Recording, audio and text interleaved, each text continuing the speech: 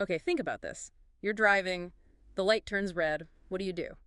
Slam on the brakes, usually. Right, almost without thinking. It's just automatic. Now, switch gears. Imagine playing chess. Ah, okay. Different story. Totally different. You're pausing, you're looking, thinking ahead, right? It's deliberate. Which one feels more, well, familiar, depending on what you're doing? That contrast is, yeah, it's perfect. Gets right to the heart of what we're digging into today. We're looking at an article summarizing some key stuff from Daniel Kahneman's big book, Thinking Fast and Slow. A really foundational book. Okay, so let's unpack it. Kahneman's core idea is that we basically have these two ways of thinking running in our heads. Exactly. There's system one, that's the fast one, Yeah. automatic, intuitive, like hitting the brakes. Got it. And the other one? That's system two. Slow, deliberate, takes real mental effort. That's your chess playing brain kicking in. Makes sense. So, our mission for this deep dive is to explore the four main takeaways the article highlights. We want to understand how these two systems operate, how they interact, or sometimes clash. And hopefully offer some insights into the kinds of decisions you face every day. Let's dive in then. The article points out pretty quickly that System 1, while it's super efficient, great for quick reactions. It has a downside.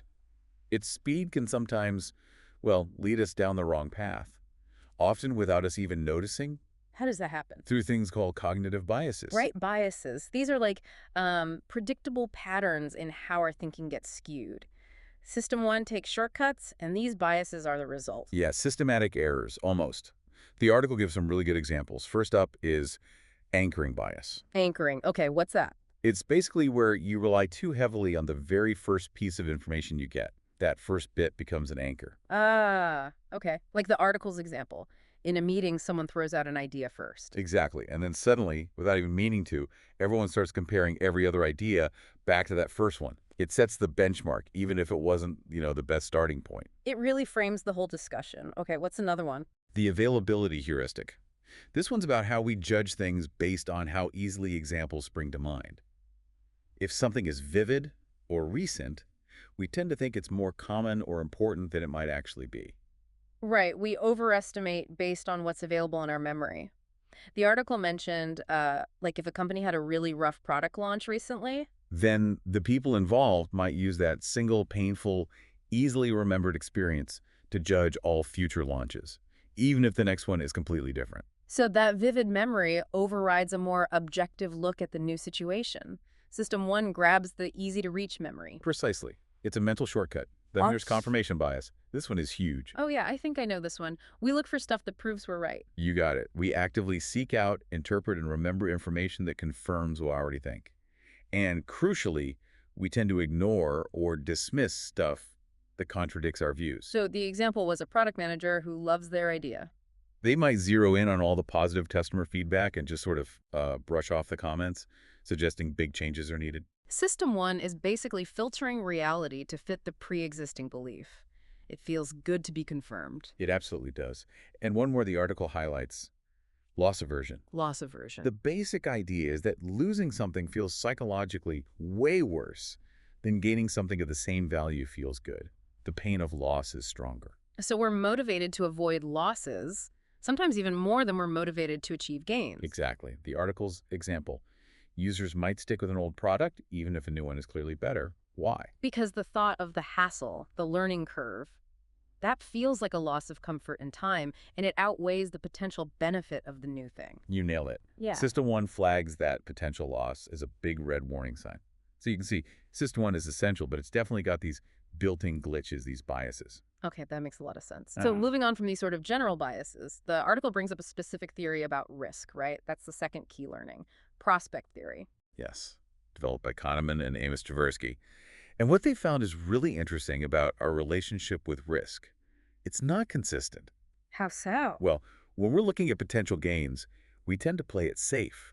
We become risk-averse. We'd rather take a sure thing than gamble for potentially more. Okay, like the article's example. Choose between getting Rs 100 for sure or a 50-50 shot at Rs 200. Most people take the guaranteed 100 rupees.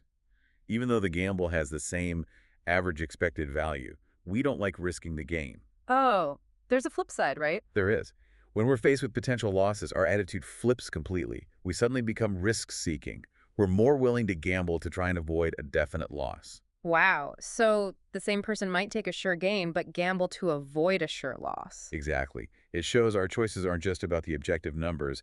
It's about whether we frame the situation as a potential gain or a potential loss. And losses just loom larger psychologically. That framing effect is powerful. Okay, so our quick thinking is biased. It handles risk in these slightly weird ways. How confident are we, or should we be, in these fast judgments? That leads to the third point, right? The illusion of validity. Yeah, this is a really important one. We often feel very confident in our judgments, our predictions. System 1 is great at creating a coherent, believable story from whatever information it has, even if that information is limited or flawed. And that feeling of coherence makes us feel confident. Often overconfident. Yeah. The article stresses that this confidence frequently doesn't match the actual reliability of the judgment. We overestimate how good our predictions are, especially when based on scanty evidence. Like the example of the product manager again, getting feedback from just a few users. Right. Say they talk to 5 users, and those 5 love the new feature. System 1 jumps to, this is amazing, it's going to be a huge hit. They feel super confident. Totally confident. But predicting success for millions based on 5 conversations, the actual validity of that prediction is pretty low. But the illusion of validity, that feeling of confidence, can be very strong. System 1 built a convincing story from limited data. Okay, wow. So, system one, fast, useful, but riddled with potential issues. Anchoring, availability, confirmation bias, loss aversion, weird risk behavior, and this illusion of validity. What's the solution then? Well, that brings us neatly to the fourth key learning highlighted in the article, the vital importance of slow thinking. In other words, deliberately engaging System 2. The deliberate, effortful system. Exactly. After seeing all the ways System 1 can trip us up, the big message is that we absolutely need to bring System 2 into play, especially for decisions that really matter. Why is it so crucial? Because System 2 is what allows us to step back, to question the intuitive leaps of System 1. It can override those biases, gather more data, do the harder analytical work. It's the quality control check, essentially. That's a great way to put it. It performs the due diligence that System 1 skips.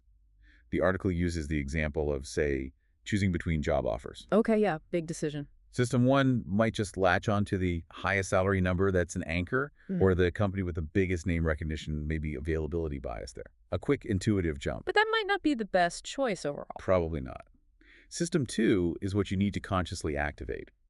To slow down, compare everything, the actual day-to-day work, the team culture, opportunities for growth, commute time, work-life balance, all the complex factors. It takes effort, but it leads to a more considered, hopefully better decision by counteracting those initial impulses and biases. That's the idea.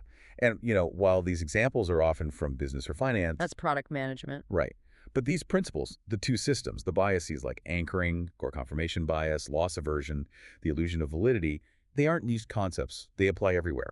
Absolutely. They apply to the decisions you make constantly, whether it's deciding what to eat for lunch or making a major life change. Understanding this framework just gives you a better toolkit for thinking about your own thinking. Definitely. So to kind of wrap up the key points, we've got this fast, intuitive System 1 and the slow, analytical System 2. System one is efficient but prone to those predictable errors. Anchoring, availability bias, confirmation bias, loss aversion, and it can give us that false sense of confidence, the illusion of validity. We also saw with prospect theory that our feelings about risk change dramatically depending on whether we're facing gains or losses. And the big takeaway from the article. The crucial need to deliberately engage System 2. That slow, effortful thinking is our best defense against the pitfalls of System 1, especially when the stakes are high.